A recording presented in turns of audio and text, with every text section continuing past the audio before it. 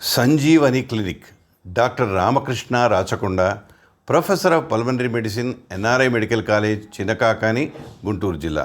Clinic A1 Ramkuteer Majestic, 3/13, Brodipet, Guntur, Andhra Pradesh. భారతదేశంలో స్వాతంత్రం వచ్చిన తర్వాత వైద్య సౌకర్యాలు మెరుగుపడ్డాయి. ప్రజల జీవన విధానం మెరుగుపడింది. జీవనకాలం పెరిగింది. జీవన ప్రమాణాలు పెరిగాయి. రోగ నిర్ధారణలో, చికిత్సల్లో విప్లవాత్మకమైన మార్పులు వచ్చాయి. సామాన్య ప్రజలందరికీ ఆరోగ్యంగా జీవించాలన్న తపన బలపడింది. వైద్యంలో ఎన్ని ఉన్నత ప్రమాణాలు ఉన్నా వ్యాధి నివారణ ఈ రోజుకి ప్రధానమైంది. ఇప్పుడు భారతదేశంలో ప్రపంచం గర్వించేటట్టుగా ప్రపంచంలోని అంతర్జాతీయ ప్రమాణాలకి ధీటుగా దేశంలో వైద్యం జరుగుతుంది. సామాన్య ప్రజలకి ఆరోగ్య సమస్యలు, వైద్య విధానం, నివారణ చర్యల గురించి వివరించడమే ఈ సంజీవని క్లినిక్ ప్రక్రియ ప్రధాన లక్ష్యం. గత 40 సంవత్సరాలుగా వైద్య వృత్తిలో ఉన్న అనుభవంతో నాకు తెలిసిన విషయాలు శ్రోతలతో పంచుకుంటున్నాను. డయాబెటిస్ మెల్లైటస్ ఎలా నిర్ధారిస్తారు? రచన, సేకరణ doctor Ramakrishna Rachakonda, Sanjeevani clinic, Brodipet, Guntur. Diabetes mellitus వ్యాధి అనేక పరీక్షల ద్వారా నిర్ధారిస్తారు.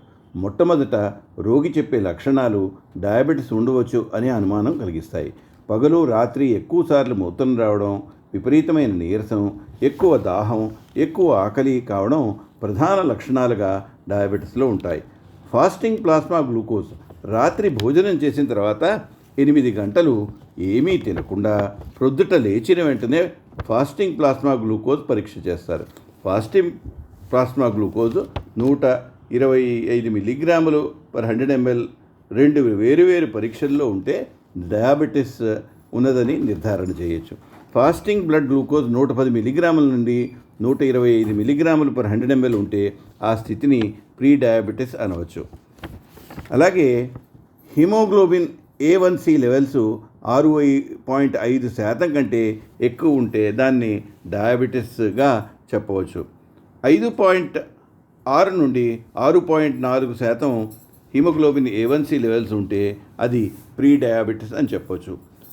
హిమోగ్లోబిన్ A1 లెవెల్స్ 5.6% కంటే తక్కువ ఉంటే డయాబెటిస్ లేదని చెప్పచ్చు. ర్యాండమ్ ప్లాస్మా గ్లూకోజు 200 mg/% కంటే ఎక్కువ ఉంటే, ముఖ్యంగా రోగికి డయాబెటిస్ సంబంధించిన లక్షణాలు ఉంటే డయాబెటిస్ ఉన్నదని నిర్ధారణ చేయొచ్చు.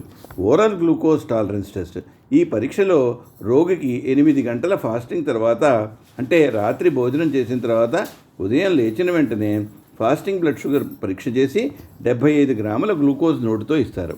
తరువాత ప్రతి గంటకు గ్లూకోజ్ రక్తంలో పరీక్ష చేస్తారు.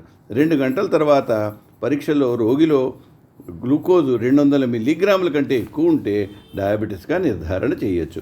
పరీక్ష ఫలితాలు పూర్తిగా నిర్ధారణ చేసేటట్టు లేకపోతే వైద్యులు రోగి లక్షణాలను బట్టి 3 నుండి 6 నెలల తర్వాత మళ్ళీ తిరిగి పరీక్ష చేయాలి.